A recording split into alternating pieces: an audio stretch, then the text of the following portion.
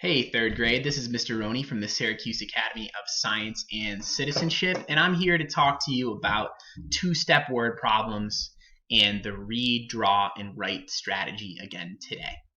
So last time we learned about a new strategy called read, draw, and write, and it's exactly what it sounds like, and we're going to demonstrate that together on two problems today. Secondly, we're going to talk about two-step word problems, which means we might have to use any of the four operations that we know: addition, subtraction, multiplication, or division. So we have to pay close attention to which one of those makes sense. So let's take a look at the two problems that we're going to look at today. And just a reminder, these two problems are going to be two of the problems that you find on your Google form today. So if you pay attention to this video, it's really going to help you work on that Google form after you're done. So make sure you're paying attention to how this works so you'll know the answers. All right, so we are back at it with this read, draw, and write strategy today. And the first step is simply to read the problem. So let's do that. And we're going to underline the important stuff as we read together. So it says, the students collected 6 boxes with 6 grapefruit in each box. So I underlined what I thought was important there that we might have to use later. They put the grapefruit into bags. Each bag held 4 grapefruit. How many bags did they need? So the most important thing about a word problem is actually answering the question that they're asking us. And the question here is, how many bags did they need?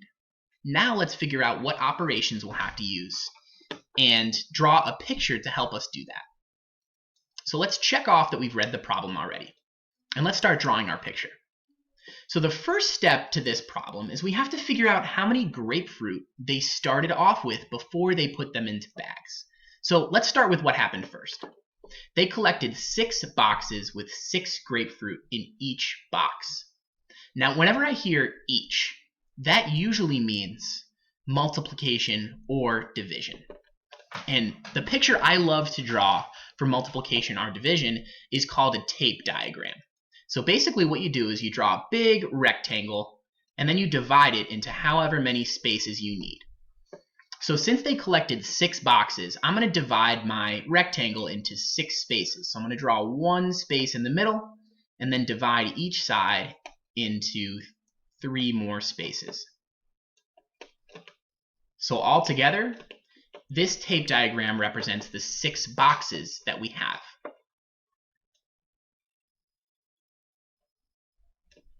And in each box, if we look back at the problem, we see that there's 6 grapefruit in each box. So I'm going to draw a 6 in each one of these boxes.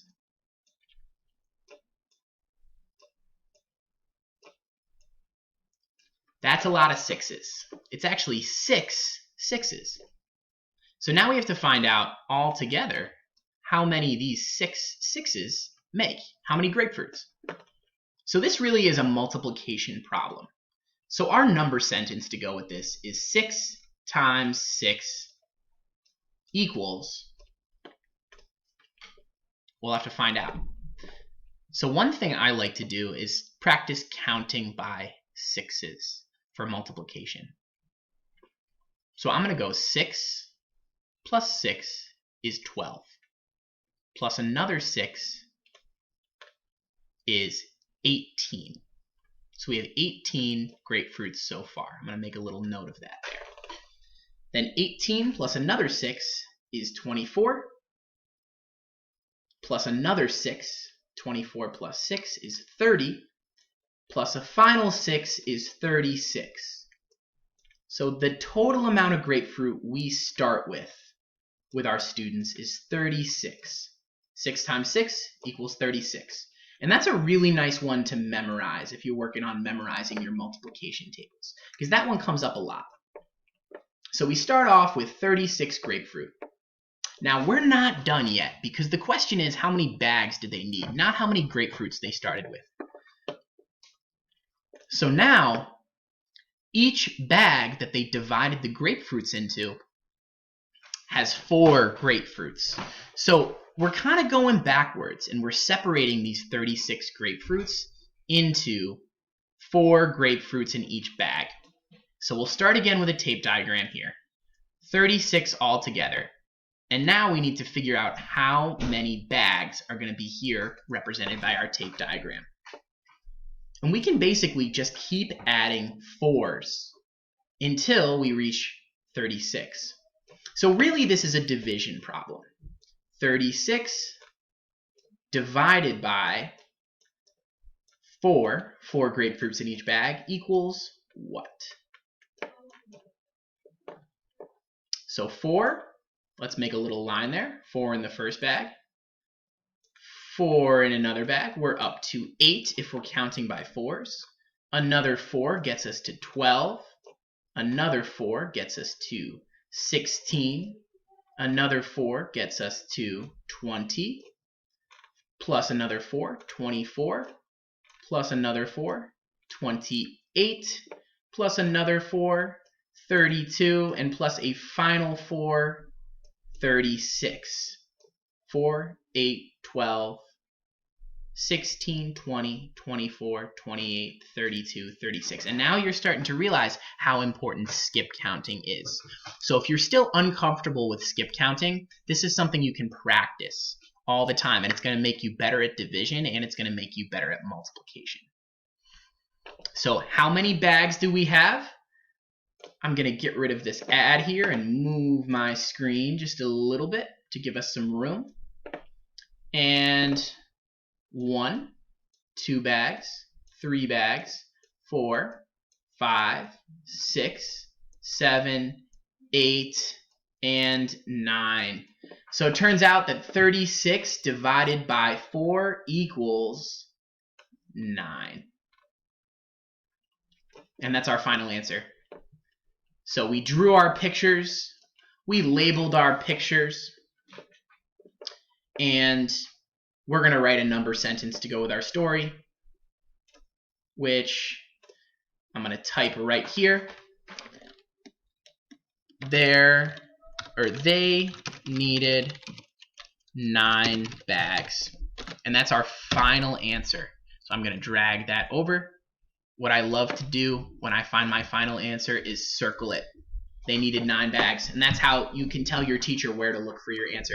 Let's do one more problem with our read, draw, and write strategy.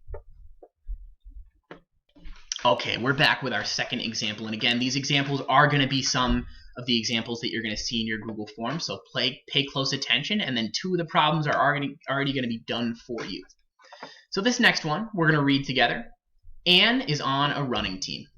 She ran 2 miles each day. Remember, each is going to tell us that we're probably going to do multiplication or division.